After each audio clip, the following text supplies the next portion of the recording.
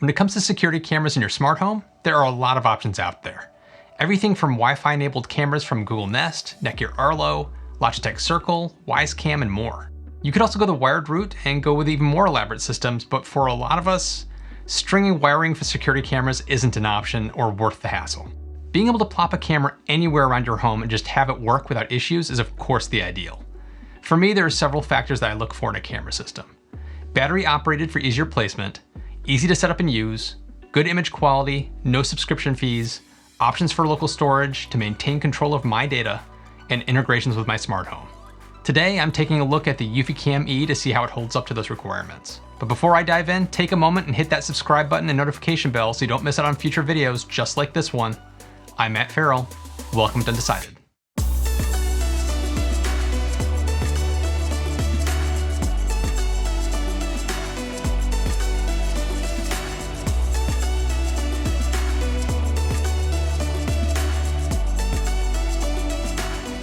I've tried several wireless security cameras over the years, the last being Netgear's Arlo Pro.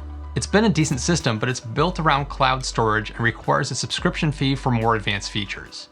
And if you've watched my other smart home videos, you'll know that I've been rebuilding a lot of my smart home around locally hosted options. Things that I can retain tighter control over for security and privacy. So I reached out to Eufy, which is a division of Anchor, to see if I could get my hands on the EufyCam E for testing. They were kind enough to send me a sample.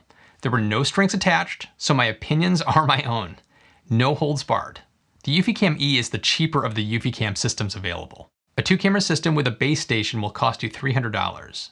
It's IP65 rated, so it will stand up to some pretty severe weather. For point of comparison, the Arlo Pro 2, the closest system to this for features, will cost you around $400. To get into the same price range, you'll need to step down to the previous Arlo Pro system, but as you'll see later, there's a distinct difference in video quality between the Arlo Pro and the EufyCam.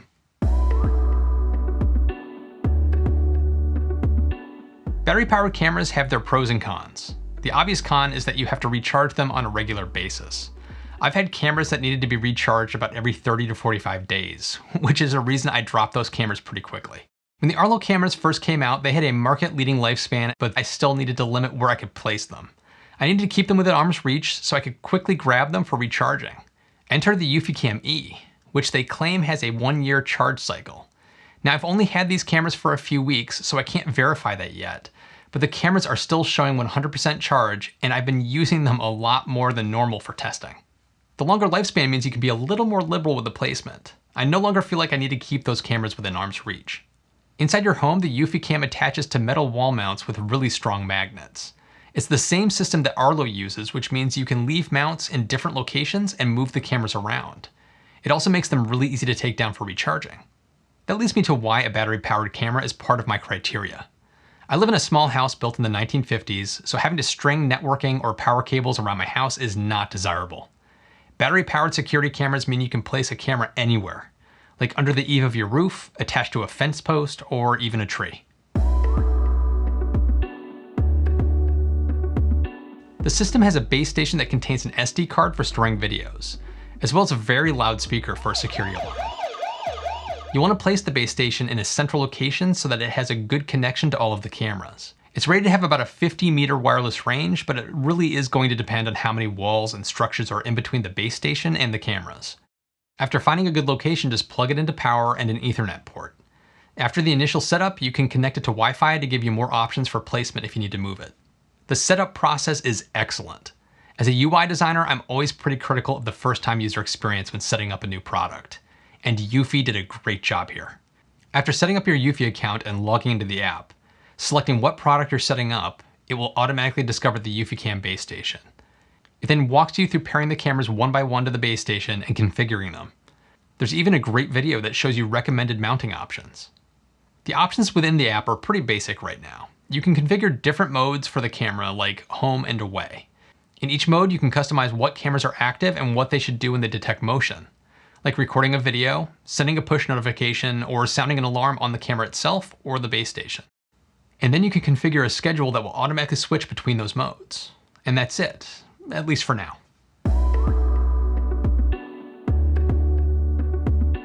The first thing I discovered after setting up the cameras was that the range isn't quite as good as the Netgear Arlo Pro system. With the Arlo Pro, my cameras have a decent connection from the basement storage room to cameras outside the house.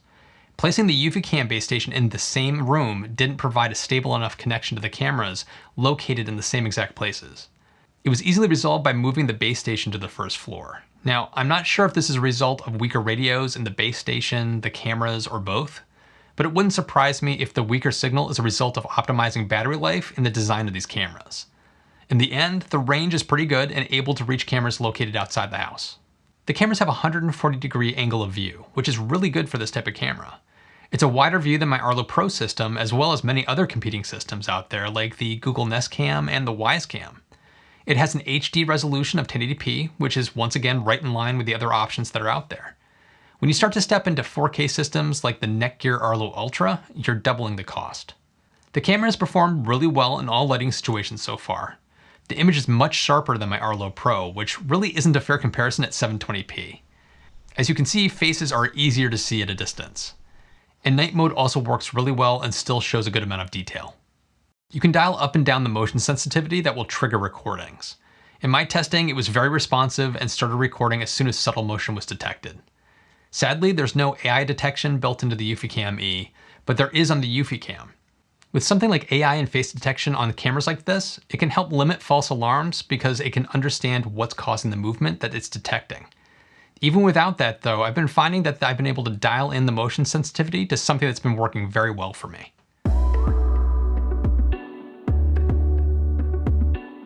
This is where most people get frustrated with these types of systems. Netgear provides a free tier for their Arlo cameras, but it only saves a rolling window of 7 days worth of recordings.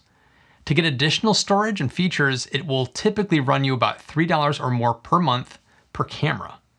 This is one of the strengths of the EufyCam. It stores all of the videos on an SD card in the base station, which means you can upgrade the space, but it also means there's no subscription fee. In the time I've been testing, I'm still under 4% used capacity on the included 16GB card. All of the recordings are encrypted and only accessible by you between your phone and the base station. But another interesting feature is that the cameras support RTSP, which stands for Real-Time Streaming Protocol. This means you can save your videos off onto a network-attached storage device, like a Synology disk station. I've been testing this as well, and every recording is getting saved to both the SD card and my disk station. You can't control the cameras with the Synology camera software, but it will capture any streams the EufyCam records.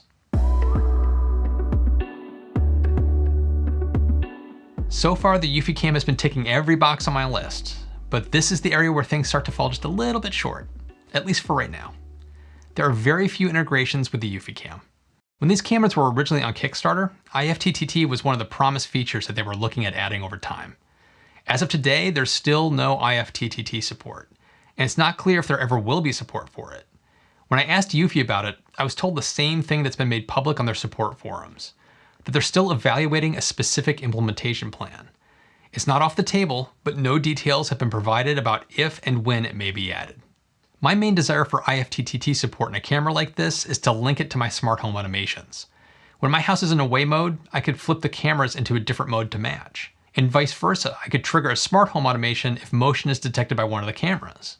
In the absence of IFTTT, the other gaping hole is no geofencing support built into the EufyCam software. Yet. Geofencing is in fact on the way and should be out in Q3, so it's not that far off, which is awesome news. One integration that is there is that you can control and view camera feeds from Amazon and Google devices with screens. I tested this out using a Google Home Hub and it worked exactly as advertised. You just ask the voice assistant to show you the name of the camera and it will pull up the live stream. The only downside I noticed was that it was sometimes slow to pull up the feed. It often took over 5 seconds for the video stream to start. I was excited to see that Eufy was one of the brands highlighted as supporting Apple's new HomeKit Secure Video, which will give you encrypted cloud video storage for your cameras. It's supposed to be coming for the EufyCam, but still no word if it will be backwards compatible to existing EufyCam cameras. Regardless, when HomeKit does become available, it's going to make these cameras a very compelling option for Apple HomeKit users.